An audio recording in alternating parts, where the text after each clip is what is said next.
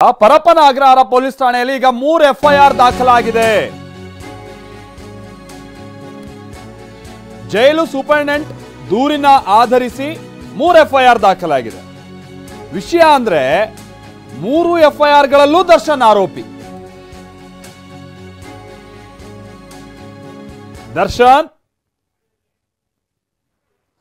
Wilson garden ನಾಗ, ಕುಳ್ಳಾ ಸೀನಾ, ದರ್ಶನ್ ಆಪ್ತ ನಾಗರಾಜ್, ಇವರೆಲ್ಲ ಆರೋಪಿಗಳು. ಈಗಿರೋ ಕೇಸೇ ಸಾಕಾಗಿತ್ತು, ಅದ್ರ ಮೇಲೆ ಈಗ 3 ಕೇಸ್ ಬಿದ್ದಿದೆ. ಮತ್ತೆ ದರ್ಶನ್ ಆಪ್ತ ನಾಗರಾಜ್ ಸೇರಿ 4 ಮಂದಿಯನ್ನು ಕೂಡ ಈಗ ಆರೋಪಿಗಳನ್ನಾಗಿ ಮಾಡಲಾಗಿದೆ.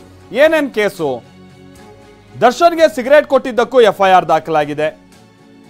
ವಿಡಿಯೋ ಮಾಡಿ ವೈರಲ್ ಮಾಡಿದ್ದಕ್ಕೂ ಮತ್ತೊಂದು ಎಫ್ಐಆರ್ ದಾಖಲಾಗಿದೆ. ಅದು ಇನ್ನೊಂದು ಅಷ್ಟು ಜನ ಯಾರು ಈ ರೌಡಿ ಶೀಟರ್ಗಳಿಗೆಲ್ಲ ವಿಶ್ ಮಾಡಿದ್ರಲ್ಲ ಬರ್ತ್ಡೇ ವಿಷಯನೋ, ಅದಕ್ಕೂ ಕೇಸ್ ದಾಖಲಾಗಿದೆ.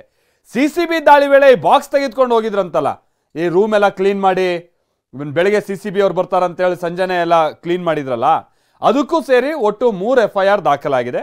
3 ಪ್ರಕರಣಗಳಲ್ಲೂ ಕೂಡ ದರ್ಶನ್ ಆರೋಪಿ ಅಂತೇಳಿ ಗುರುತಿಸಲಾಗಿದೆ. ಎಷ್ಟನೇ ಆರೋಪಿ ಏನು ಎತ್ತ, ಮತ್ತೆ ಇದು ಯಾವ ರೀತಿಯಾಗಿ ಸಮಸ್ಯೆ ತಂದಿಡ್ಬೋದು. ಮತ್ತೊಂದು ಕಡೆ ಇದು ಈ ಕ್ಷಣಕ್ಕೆ ಏನು ಸಮಸ್ಯೆ ತಂದಿಡುತ್ತೋ ಬಟ್ ಮುಂದೆ ಬೇಲಿಗೆಲ್ಲ ಇದು ಬಹಳ ಸಮಸ್ಯೆನ ಖಂಡಿತ ತಂದಿಡುತ್ತೆ. ಅದು ಯಾಕೆ ಅಂತ ಆನಂತರದಲ್ಲಿ ಹೇಳ್ತೀವಿ. ಸಿಬ್ಬಂದಿ ಮಾತ್ರವಲ್ಲ, ಅಧಿಕಾರಿಗಳನ್ನು ನಾವು ಸಸ್ಪೆಂಡ್ ಮಾಡಿದ್ದೀವಿ. ಪರಪ್ಪನ ಅಗ್ರಹಾರ ಜೈಲಿನ ಬಳಿ ಪರಮೇಶ್ವರ್ ಅವರಿಗಂತೂ ಅದು ಜೈಲೊಳಗೆ ಏನು ಆಗ್ತಿದೆ, ಅದು ಏನು ಅವ್ರಿಗೆ ಐಡಿಯಾ ಇದೆಯೋ ಏನೋ, ಇದ್ರ ಬಗ್ಗೆ ನಾವು ಒಂದು 15 ವರ್ಷ ಹಿಂದೆನೇ ಕೇಳಿದ್ವಿ. ಇಲ್ಲ ಎಲ್ಲ ಸರಿ ಇದೆ ಅಂತ ಹೇಳ್ತಾ ಇದ್ರು.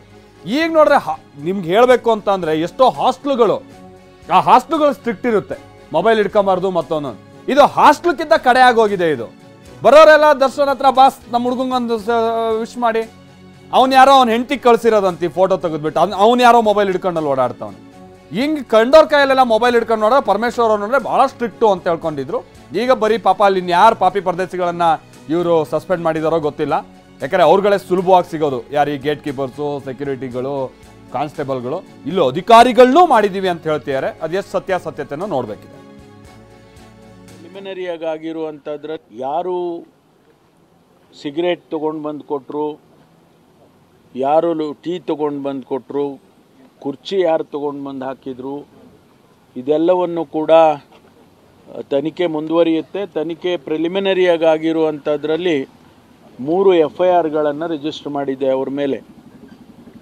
ಅವರು ಯಾರ್ಯಾರು ಏನು ಪ್ರಿಸನ್ ಆ್ಯಕ್ಟ್ನಲ್ಲಿ ಏನು ಪ್ರಿಸನ್ ಮ್ಯಾನ್ಯುಯಲ್ನಲ್ಲಿ ಏನು ನಮೂದಿಸಿದ್ದಾರೆ ಅದನ್ನು ವೈಲೇಷನ್ ಮಾಡಿದ್ದಾರೆ.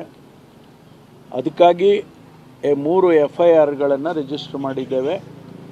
ಅವ್ರ ಮೇಲೆ ಕ್ರಮ ತಗೊಳ್ಳೋದು ಪ್ರಾರಂಭ ಆಗುತ್ತೆ. ಯಾರು